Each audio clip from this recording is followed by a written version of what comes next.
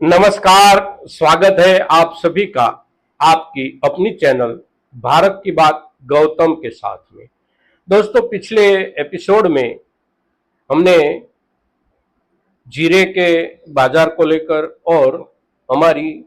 खरीफ की जो राष्ट्रीय बुआई का आंकड़ा आया था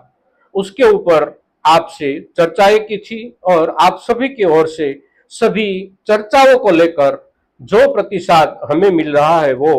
हमारे लिए बहुत ही प्रोत्साहक है और उत्साहजनक है। तो हम फिर से आपसे एक निवेदन अवश्य करेंगे कि यही प्रोत्साहकता और यही उत्साह बढ़ाव की आपकी ओर से जो प्रतिक्रिया आती है वो हमारे लिए बनी रहे। दोस्तों, आज के दिन हम जिस चीज के बारे में बात करने वाले हैं वो चीज है हमारा अरंडा यानी कि दिवेला, केस्टर। आज के दिन अरंडी के ऊपर जब हम बात करते हैं तब एक बात आपको सभी के सामने रख देता हूं कि हमारे देश में अरंडी की जो बुआई होती है वो बुआई का सबसे बड़ा हिस्सा गुजरात में है, दूसरे क्रम पर राजस्थान और तीसरे क्रम पर मध्य प्रदेश, आंध्र और तेलंगाना आता है। किंतु गुजरात और राजस्थान ये दोनों राज्य मिलकर करीब 90% अरंडी की बुआई करने वाले प्रदेश है। तो बाकी के जो प्रदेश है, मध्य प्रदेश हो, तेलंगाना हो, आंध्र हो, वो सभी का कुल मिलाकर हिस्सा 9 से 10% ही होता है। तो अरंडी की बुआई, अरंडी का मार्केट और अरंडी का जो उत्पन्न है और बाद में अरंडी का जो बाजार बनता है उसकी सबसे ज्यादा असर अगर किसी को होती है तो राजस्थान और गुजरात के किसानों को होती है। यानी कि इस वर्ष की पूरी सीजन के दौरान हम किसानों को अरंडी के भाव में बहुत मार झेलनी पड़ी, बहुत नुकसान उठाना पड़ा और इसलिए इस वर्ष में किसान बिल्कुल उदासीन है अरंडी की बुआई को लेकर। तो उसका असर बुआई पर अवश्य पड़ा है और जो असर पड़ा है वो बहुत बड़ा असर पड़ा है। तो उसकी वजह से बाजार पर भी उसका असर दिखने लगा है।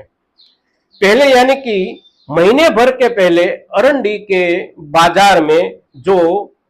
मार्केट रेट चल रहा था वो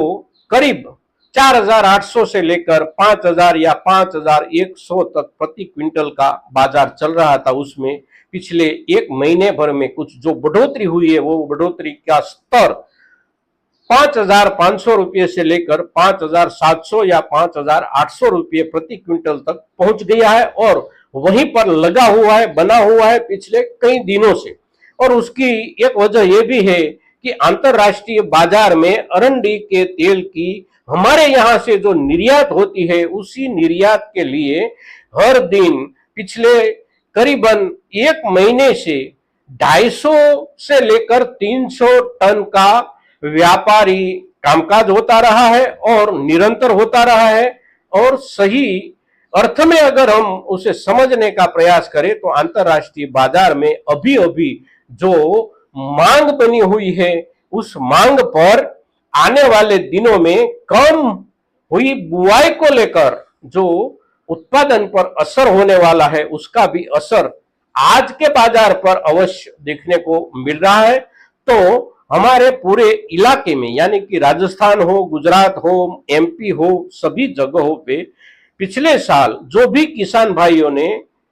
अरंडी की बुआई की थी और अभी तक जिसके भी पास अरंडी का माल संग्रहित है वे किसान भाई अब आने वाले दिनों को बुआई की कटौती और बाजार की जरूरत को ध्यान में रखकर प्रतिदिन बाजार के ऊपर अपनी नजर बनाए रखे और बाजार में आने वाले चढ़ाव और बाजार में आने वाले उतार का मूल्यांकन करने के बाद अपना माल निकालने का सोचे। बाजार तक माल पहुंचाने से पहले 2 या 4 दिन अवश्य बाजार का अभ्यास करें और बाजार का अभ्यास करने के बाद ही अपने माल को बाजार तक ले जाए। दोस्तों, आज के दिन अरंडी के बाजार, अरंडी की बुआई और बुआई में आई बहुत बड़ी कटौती को लेकर बाजार पर पड़ने वाली उसकी असर के साथ आपके